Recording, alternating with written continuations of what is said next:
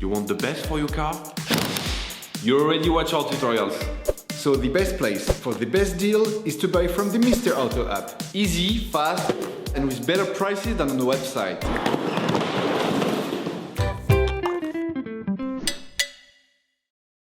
You will find the bulk tie rod ends used in the video exclusively on the Mr. Auto website and through the link in the description. Turn your engine off and pull up the handbrake. In order to change the outer tie rod end on your vehicle, you must lift the front of your vehicle and remove the wheels. This will give you full access to the steering system. Loosen the stud bolts on the front wheels. Raise the front of the vehicle and put it in the two-axle stands. We strongly suggest watching the tutorial, raising your vehicle safely, before carrying out this step. You will then be able to take off the wheels. Don't forget to slide them under the vehicle. You can now see the outer tie rod end. These elements can often get jammed, so use a penetrating oil to facilitate the operation. Using an adjustable spanner, release the holding nut on the tie rod end. It is there to stop any form of rotation of the two pieces towards each other, as this could have an impact on the geometric settings of your vehicle. With a marker, trace a line between the axle joint and the tie rod end. It will help later during the disassembly and reassembly process. Using a flathead screwdriver, release the holding key on the castellated nut.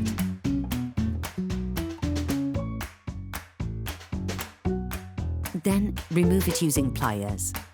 Using a socket wrench and a 17mm socket, release the holding nut on the tie rod end. If you don't have a ball joint puller, take a hammer and hit the lock nut hard just at the end of the threading. The ball joint should move away from the pivot. Only tap on the tie rod end pivot if you're changing the tie rod end, otherwise you risk damaging the threading. Paying close attention to the point of reference, unscrew the tie rod end, counting the number of turns necessary to extract the tie rod end. Using calipers, measure the distance between the lock nut and the end of the tie rod axle joint. This will be needed during the reassembly process to get as close as possible to the original settings.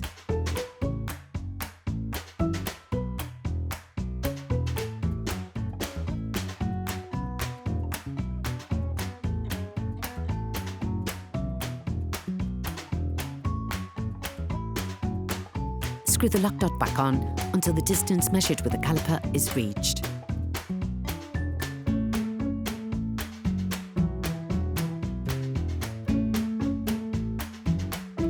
Hello, if this video helps you, like and subscribe.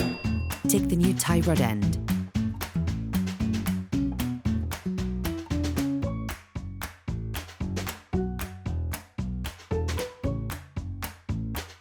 Put the tie rod end back in place, making the same number of turns as counted during disassembly.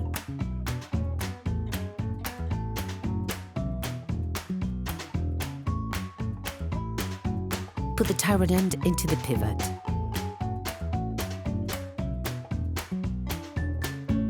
Put the nut provided with the new part in place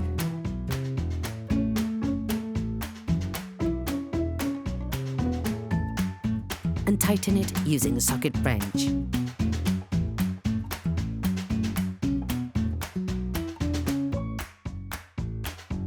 Finish off the tightening with a torque wrench.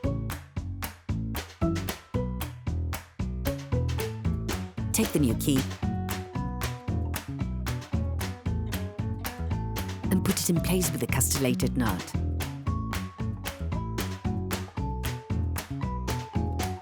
Fold the key using pliers.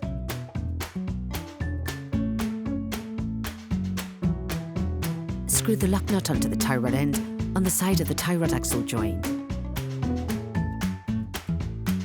Then you will be able to put the wheels back on your vehicle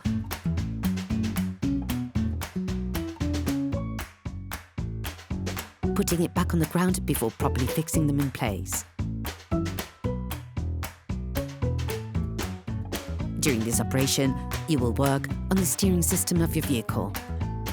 Checks on tyre alignment, when carried out by a professional, will guarantee that your steering system has been perfectly aligned and is in good working order. Operation completed. Please support us. subscribe and like the video, that will be really cool.